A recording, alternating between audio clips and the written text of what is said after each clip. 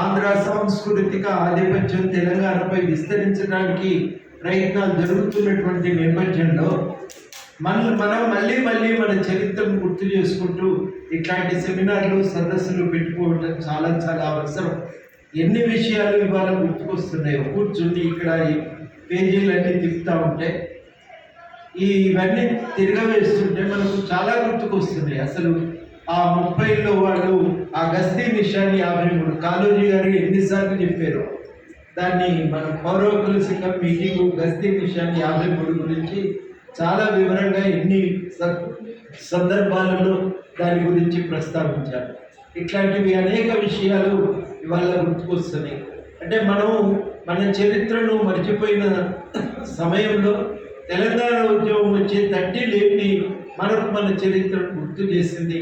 ఆ గుర్తు చేసుకున్నటువంటి ఆ వారసత్వాన్ని కాపాడుకోవటం, భవిష్యత్ తరాలకు అందించడానికి మనమేమనుకుంటామంటే తెలంగాణ వచ్చిన తర్వాత పని ఆగిపోయిందని. వాస్తవానికి ఏంటంటే తెలంగాణ వచ్చిన తర్వాత ఈ పనిని కొనసాగించవలసినటువంటి బాధ్యత మళ్ళీ మనమే తీసుకోవాలి. చాలామందితో నేను చాలాసార్లు అడుగుతున్నా, 1970లో మళ్ళీ ఒకసారి తెలంగాణలో ఒక సాంస్కృతిక విప్లవం లాంటిది వచ్చి తెలంగాణ సమాజాన్ని జాగృతం చేసింది. అట్టడుగున ఉన్న వర్గాలకు ఒక చైతన్యాన్ని నింపింది. ఇవాళ తెలంగాణ సమాజం మళ్ళీ కొత్తగా జాగృతం కావలసినటువంటి ఒక సాంస్కృతిక విప్లవం మళ్ళీ అనుకరించవలసిన సమయం ఇవాళ తెలంగాణలో కనబడుతుంది.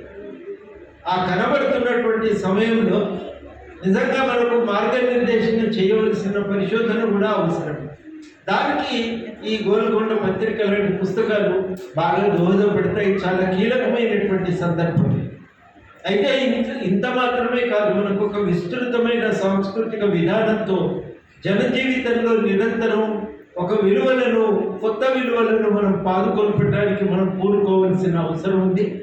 ఈ ప్రయత్నము ఇక్కడితో ఆగకుండా అందరం కలిసి, ఒక యాకయ్య మాత్రమే కాదు, మనందరం కలిసి సీరియస్గా ఈ ప్రయత్నాన్ని ముందుకు కొనసాగించవలసిన అవసరం ఉంది. ఈ సమయంలో ఈ పత్రిక, ఈ పుస్తకం ఆవిష్కరణకు పిలిచి సత్కరించినందుకు యాకయ్యకు కృతజ్ఞతలు. మరొకసారి ఈ యాకయ్య గారిని, అదేవిధంగా కాత్యాయని గారిని అభినందిస్తూ అందరం కలిసి తెలంగాణ సాంస్కృతిక పునరుజ్జీవితానికి పూనుకుందామని ఈ సందర్భంగా పిలుపునిస్తూ ముగిస్తుంది. దాన పాత్రన్న జన కళ్యాణం సాధించు, జన కళ్యాణం సాధించు, నీలో దీపం వెలిగించు, నీవే వెలుగై వ్యాపించు, నీలో దీపం వెలిగించు. ప్రతి ఒక్కరు ఈ ప్రేరణతో ముందుకు వెళ్ళాలనుకుంటున్నాను. నమస్కారం. అందరికీ నా హృదయపూర్వక ధన్యవాదాలు. ఈ ఆవిష్కరణకు వచ్చిన నా తల్లిదండ్రులు ముగునుతుల కొమరమ్మ వెంకటయ్య గారులకు, ఈ పుస్తకావిష్కరణ కార్యక్రమానికి అధ్యక్షత వహిస్తున్న నా గురువు ప్రొఫెసర్ కాత్యాయని ఉమ్మయ్య గారికి నేను ఎప్పుడు రుణపడి ఉంటాను. ఈ వేదిక మీద ఉన్న నేను పిలిచిన నా పుస్తకావిష్కరణ పిలిచిన అందరితో నాకు ఏదో ఒక రకంగా అనుబంధం ఉంది. నా పుస్తకావిష్కరణకు అధ్యక్షత వహిస్తున్న కాత్యాయని మేడం నాకు డిగ్రీ నుంచే గురువు. తర్వాత పీజీలో కూడా క్లాసులు చెప్పింది. పీజీలో కూడా మేడం దగ్గర శిష్యరికంలో ఉన్న తర్వాత పీజీ అయిపోయిన తర్వాత నేను జర్నలిజం ఫీల్డ్కి వచ్చినాక 2011లో మళ్ళీ నేను పీహెచ్డీ చేయాలని ఒక ఆలోచన వచ్చినప్పుడు కర్నూలు యూనివర్సిటీ ఎంట్రన్స్ రాయడం, తర్వాత నేను అందులో క్వాలిఫై అయినాక మేడం దగ్గరికి వెళ్ళి ఏదో నాకు నేను పత్రికా రంగంలో ఉన్నా కాబట్టి పత్రికల మీద చేస్తే బాగుంటుంది అనుకున్నాను. మేడం మీరు గోల్కొండ పత్రిక కానీ తెలుగు స్వతంత్ర కానీ రెండింటిలో ఏదైనా ఒకటి చేస్తా అని మేడంకి ఒక ప్రతిపాదన పెట్టినప్పుడు మేడం గోల్కొండ తెలంగాణ ఉద్యమం బాగా సాగుతున్న కాలం 2011 అంటే వాస్తవానికి తెలంగాణ సాహిత్య చరిత్ర మీద కూడా బాగా చర్చ జరుగుతుంది. ఆ టైంలో మేడం గోల్కొండ పత్రిక మీద ఎవరు చేయలేదు దాని మీద. కాబట్టి మనకు కొత్త సాహిత్య చరిత్ర నిర్మాణానికి అందులో మనకి ఏమన్నా ఉపయోగపడవచ్చు, బాగుంటుంది ఈ టైంకి అంటే నేను స్టేట్ సెంట్రల్ లైబ్రరీ, అట్లనే ఇక్కడ ఉన్న ఆంధ్ర సంస్థ పరిషత్లో ఉన్న లైబ్రరీలోకి వెళ్ళి గోల్కొండ పత్రిక ప్రచురణ ఫస్ట్ ప్రాథమికంగా చూసి వచ్చాను. నా అదృష్టవశాత్తు ఏమైందంటే నేను 2012లో నా PhD రిజిస్ట్రేషన్ అయిపోయినాక అద్దం ప్రెస్ అకాడమీ చైర్మన్గా ఉన్నటువంటి శ్రీనివాస్ రెడ్డి సారు, జోలపల్లి అమర్ గారు, వెంకట్రావు గారు, వీళ్ళంతా ఒక పెద్ద ప్రాజెక్టు పెట్టినప్పుడు ఉమ్మడి ఏపీలో అన్ని పాత పత్రికలన్నీ డిస్ప్లే చేసి ఆన్లైన్లో తీసుకొచ్చింది. నేను నా రిజిస్ట్రేషన్ అయిన 3 నెలలకే అవి ఆన్లైన్లోకి వచ్చేసినాయి ప్రెస్ అకాడమీ యాక్టివ్స్. దాంతో నాకు ఈ లైబ్రరీల చుట్టూ తిరిగే పని చాలా రోజులు తప్పింది. అయినా కూడా తిరిగిన ప్రాజెక్ట్ చేసుకోవడానికి ముందు ఉన్న నాకు అక్కడ అసలు ఇది జరిగే ముందు ఇంకొకటి చెప్పాలి ఏంటంటే వేణుగోపాల్ సార్ని కలిసాను దీక్షణ ఆఫీస్కి వెళ్ళి. సార్ నేను ఇట్లా చేద్దాం అనుకుంటున్నా అంటే సార్ అన్నాడు నేను దీని మీదనే ఒక ప్రాజెక్ట్ చేద్దామని మీడియా ప్రెస్ అకాడమీలో చెప్పారు, నేను రాసేది ఉంది అని సార్ ఒక అవుట్లైన్ అనుకున్నారు. అది నాకు ఇవ్వడంతో పాటు నాకు చేసిన పని పెద్ద సాయం ఏంటంటే సార్ దగ్గర ఒక 56 నుంచి 66 వరకు DVD ఉన్నది మొత్తము గోల్కొండ పత్రిక PDF కాపీ. అవి ఆ DVD మొత్తం నాకు ఒక కాపీ చేసి ఇచ్చేసారు. దాంతో నాకు పెద్ద ధైర్యం వచ్చింది. ఇక నాకు 10 ఏళ్ళ కాపీలు అంటే చాలా ఎక్కువ అది. సరే అని అది తీసుకున్నాక మళ్ళీ ఈలోపు ప్రెస్ అకాడమీ వాళ్ళు అందులో పెట్టడంతో అవన్నీ నేను డౌన్లోడ్ చేసుకొని వాటన్నిటిని నేను మళ్ళీ ఒక్కొక్కటి క్లిక్ చేస్తూ ఏ రోజు ఆ రోజు 1926 మే 10 నుంచి మొదలుపెడితే 26 కాపీ దొరకలేదు.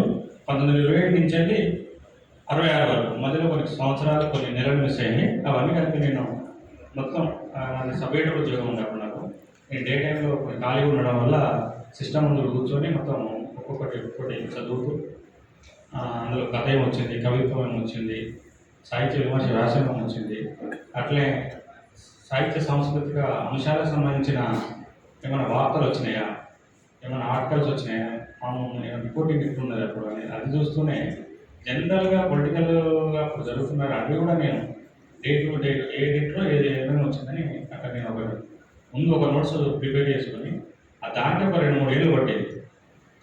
అది అయిపోయాక ఒక్కొక్కటి కవిత్వము, కథ, సాహిత్య విమర్శ, చరిత్ర సాంస్కృతిక వ్యాసాలు, ఇంకా ఏమన్నా విశేషాలు ఉంటే అవన్నీ వేరువేరుగా వర్గీకరించి ఈ PhDని చాప్టరైజేషన్ చేసుకొని నేను రాయడం జరిగింది. రాసినప్పుడు కూడా నాకు మేడం ఎప్పుడప్పుడు పోతే నేను చాప్టరైజేషన్ తీసుకున్నాను. నాకు ఉన్న వెసులుబాటు అయితే రాయడం అవసరం లేదు, అంతా కంపోజ్ చేసుకొని కాపీ ప్రింట్ తీసుకొని పోయి మేడం దగ్గరికి. మేడం చాలా మార్పులు చేర్పులు ఓపికగా చూసి ఎప్పటికప్పుడు చేసి ఇచ్చేవాళ్ళు.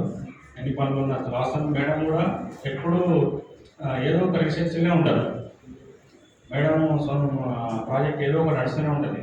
శ్రీవాద సాహిత్యానికి సంబంధించిన అదే ఏదో ఒక పని, ఏదో ఒక మీటింగ్ అటెండ్ అవ్వడం, ఏదో ఒక మీటింగ్లో మాట్లాడడానికి ప్రిపేర్ అవ్వడం, వ్యాసాలు ఏదైనా పత్రికల కోసం వ్యాసాలు ప్రిపేర్ చేయడం, ఇంత బిజీ షెడ్యూల్లో కూడా నాకు టైం ఇచ్చి ఓకే చేసుకొని నా PhD 2012లో స్టార్ట్ అయితే 2018లో పూర్తయింది. వాస్తవానికి అప్పుడే నాది రావాల్సి ఉండే ఒక సంవత్సరానికి. కేశవనాథ్ సార్ ముందు మాట రాసి చాలా అద్భుతంగా, మేడం కూడా రాసిండు. నా ఆసక్తి వల్లనే ఇన్ని రోజులు లేట్ అయింది. మొత్తంగా ఈ పుస్తకాన్ని ఇంతమంది మన పత్రికా రంగంలో దిగ్గజాలుగా బాగా పేరొందిన వాళ్ళు, ఐకాన్లుగా నిలబడే వాళ్ళ సమక్షంలోనే నేను దీన్ని ఆవిష్కరించుకోవాలని చెప్పి ఆలోచన చేసి నేను ఈరోజు మీ ముందుకు పుస్తకాన్ని తీసుకురావడం జరిగింది. నేను వాస్తవానికి ఈ పుస్తకానికి రామచంద్రమూర్తి సార్ కూడా ఒకసారి గాంధీ భవన్లో ఏదో ఒక ప్రోగ్రామ్, ఇంటలెక్చువల్ ప్రోగ్రామ్ పైన వెనకాల జరిగితే ఎగ్జిబిషన్ గ్రౌండ్లో వెనకాల ఒక అక్కడ వాళ్ళు మీటింగ్ పెట్టి వచ్చిన సార్ని అడిగితే నేను ముందు మాట రాయలేను కానీ పుస్తకావిష్కరణ పిలువు, నేను తప్పకుండా వస్తా అన్నాడు. అన్నట్టుగా నేను సార్ కూడా పుస్తకావిష్కరణ వచ్చాను. కృతజ్ఞతలు సార్. పుస్తకాన్ని నవచైతన్య వాళ్ళు చాలా బాగా తీసుకొచ్చారు. వాళ్ళకు చాలా కృతజ్ఞతలు చెప్పాలి. ఎందుకంటే వాళ్ళు గోల్కొండ కథలు అని 3 3 సంపుటాలు తీసుకొచ్చిండు. వాళ్ళ 3 సంపుటాల తర్వాత మిగతా కథలు నీ దగ్గర ఉన్నాయి, ఇక ఉండి ఉంటాయి అని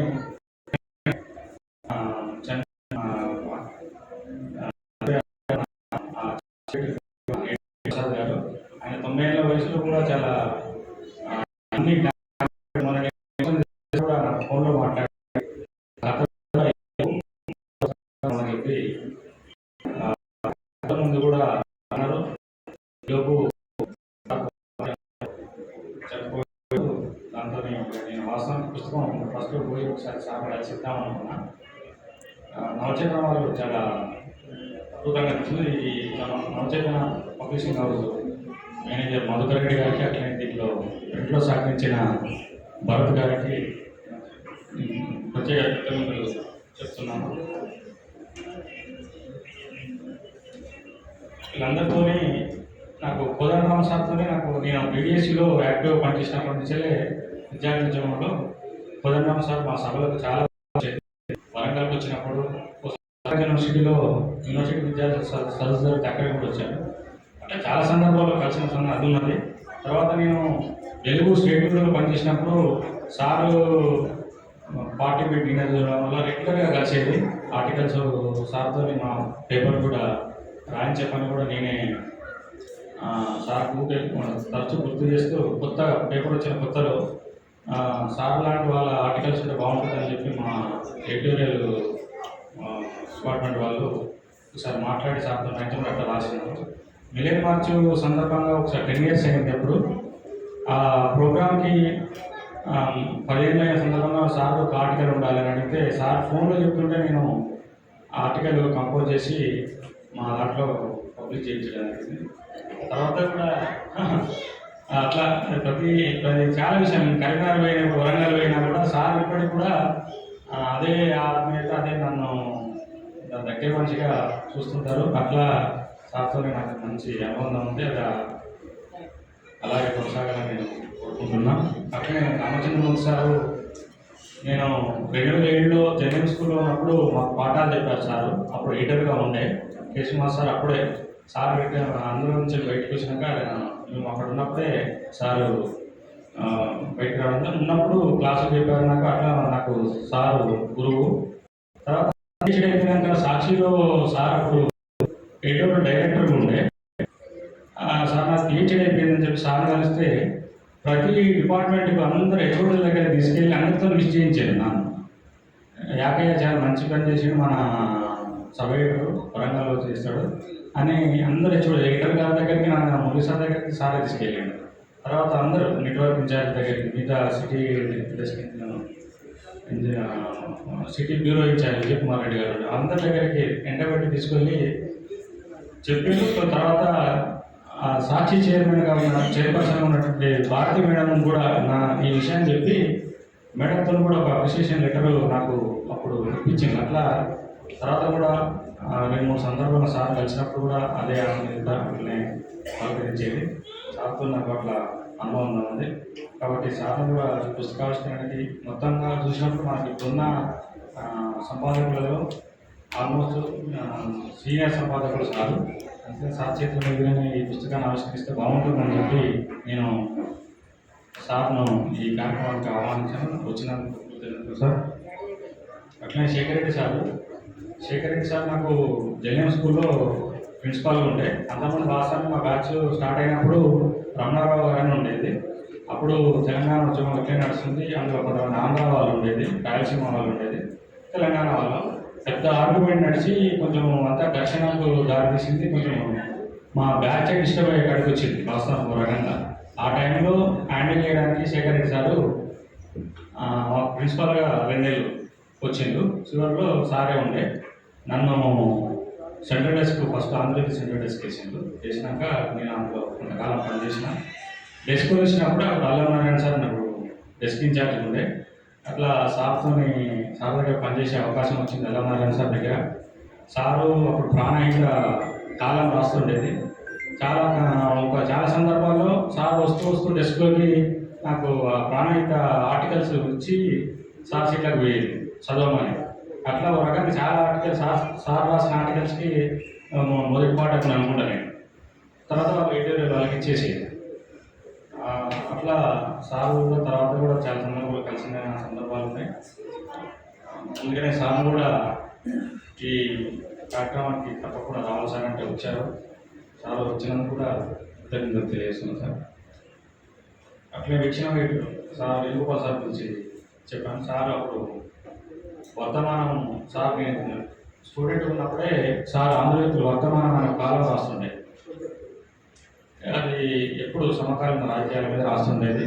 మిగతా వాళ్ళు సారు కాన్సెప్ట్ పెట్టుకుంటుంది, సార్ లాగా మనం ఎట్లా ఆలోచించవచ్చు అని ఎప్పటి నుంచే సార్ను ఒక రోల్ మోడల్గా పెట్టుకుని నాది ఆర్టికల్స్ అది వాస్తవానికి. మిగతా వాళ్ళు ఒక కొత్త కోణంలో ఉండేది ప్రతి ఆర్టికల్ కూడా వర్తమానం. అట్లా అప్పటి నుంచే ముందు ఆయన ఆర్టికల్స్ ద్వారా సార్ తెలుసు. తర్వాత చాలా సందర్భాలు కలిసిన ఈ నా పిహెచ్డి విషయంలో కూడా చాలా సపోర్ట్గా నిలిచింది సార్.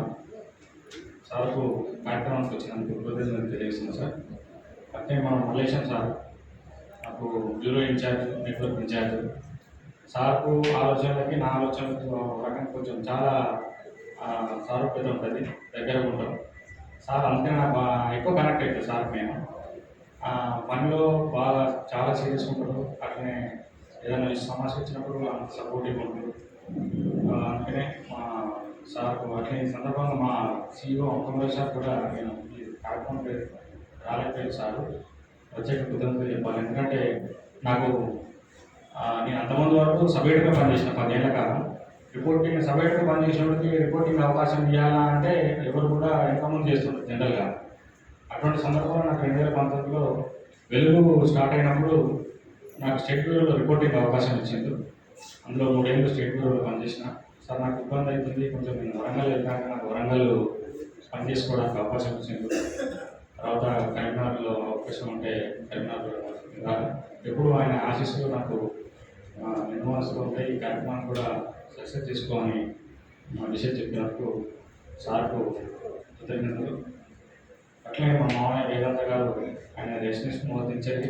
ఆయన ఆలోచన ఎప్పుడు తరచు కలిసినప్పుడు మామూలు ఏదో కుటుంబ విషయాల కంటే ఎక్కువ జనరల్గా బయట విషయాలను ఎట్లా ఆలోచించాలని, కొంత రేషన్కి ఎట్లా ఆలోచించాలని ఒక అవుట్లుక్ ఇస్తుంటారు. అది నాతో ఆయన నుంచి ఆయన వరకు నా గురువు లాంటి వాళ్ళే. వీళ్ళందరికీ నేను పేరున కృతజ్ఞతలు చేస్తున్నా. ముఖ్యంగా ఇప్పుడు ఈ నా పుస్తకానికి కె. శ్రీనివాస్ సార్ ముందు మాట రాశారు. ముందు మాట చాలా అద్భుతంగా రాశారు. సార్కు చాలా బిజీ, ఆంధ్రజ్యోతిలో పనిచేస్తున్నప్పుడే నా ముందు మాట రాయడం జరిగింది. సార్కు ఇప్పుడు మన దేశం వేరే బయటికి టూర్కి వెళ్ళడం వల్ల మనకి ఈ కార్యక్రమానికి రాలేకపోయారు. సార్కి ప్రత్యేక కృతజ్ఞతలు తెలియజేస్తున్నాను. తెలిసి పుస్తకాన్ని అద్భుతంగా ఆవిష్కరించిన మా తెలుగు అసోసియేట్ ప్రొఫెసర్ మహేందర్ గారికి ప్రత్యేక కృతజ్ఞతలు. మహేందర్ అన్న నాకు డిగ్రీలో సీనియరు. నేను మొన్ననే ఇచ్చిన వాస్తవానికి PDF ఫైల్లో పంపిన సార్ మహేందర్ అన్న. ఆయన ఒక 10 రోజుల్లో ప్రిపేర్ అయ్యి మొత్తం పూర్తిగా ఒక సమగ్ర సమీక్ష చేశారు. చాలా అద్భుతంగా వచ్చింది. అదే ఇంత ఈ ఎండలు బయట వాతావరణం గందరగోళం ఉన్నా కూడా ఈ కార్యక్రమానికి వరంగల్, కరీంనగర్, ఇతర ప్రాంతాల నుంచి, హైదరాబాద్లో కూడా చాలా దూరాల నుంచి కూడా వచ్చిన మీ అందరికీ పేరున కృతజ్ఞతలు తెలియజేస్తూ ఈ కార్యక్రమాన్ని ఇంతటితో ముగిస్తున్నాను.